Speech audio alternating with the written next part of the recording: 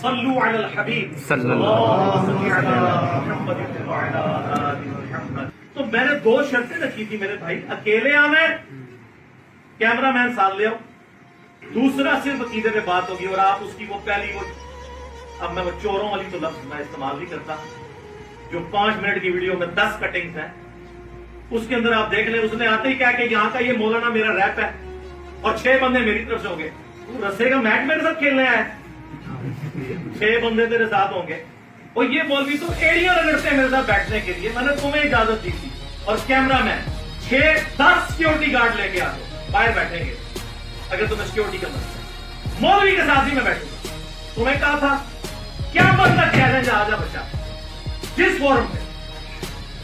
ابھی تو میں آگے انشاءاللہ کلیئر کرتا ہوں نا, یہ جو طاہر اشرفی کے بارے میں, یہ ان کا ریپ بن کے سامنے آیا ہے اور جھوٹ بولا ہے اس نے کہ میری بات ہوگی فلاں سے فلاں سے فلاں سے. تو گورنمنٹ کا نمائندہ ہے نا طاہر اشرفی, پی ٹی وی پہ بلا مجھے, تو بھی بیٹھ جا تھا. تقی عثمانی کو بھی لے آؤ, تینوں ملے بیٹھو, سوری تینوں مولانا کو بیٹھو, تینوں مولانا بیٹھو. میں اکیلا بیٹھوں گا, خدا کی قسم قیامت تک کے لیے جو بندیت کا جنازہ نہ اٹھا وہاں سے, تو تم لوگ دیکھنا. اور ان کو پتہ ہے, سبحان اللہ, اللہ اکبر, اللہ اکبر. کلیپنگ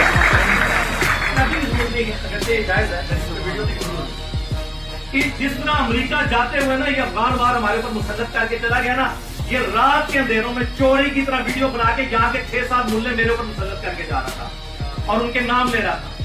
مجھے نہیں سمجھ آتی, اوے بنو امیہ کی چالیں جہاں سے ختم ہوتی ہے نا, وہاں سے میری عقل سٹارٹ ہوتی ہے. مولا علی کو جنگ صفین میں دھوکہ دیا تھا نا, محمد دوسری دفعہ سراغ سے نہیں چلا جاتا. تم لوگ کیا سمجھتے ہو مجھے ڈنگروں والی اپروچ کے لیے بھی بھائی ایک ویڈیو چڑھا دیتے. کس پہ چڑھاتے؟ میری پہلے دن ڈیمانڈ ہے, اکیلا بندہ آئے گا, کیمرہ مین آئے گا, ٹھیک ہے, اور صرف عقیدے پہ بات ہوگی. اس کی آپ ویڈیو دیکھ لیں, اس نے کہا ہے میں ان مسئلوں پہ بھی پہلے 1.5 گھنٹے بات کروں گا. تو وہی باتیں ریپیٹ کر.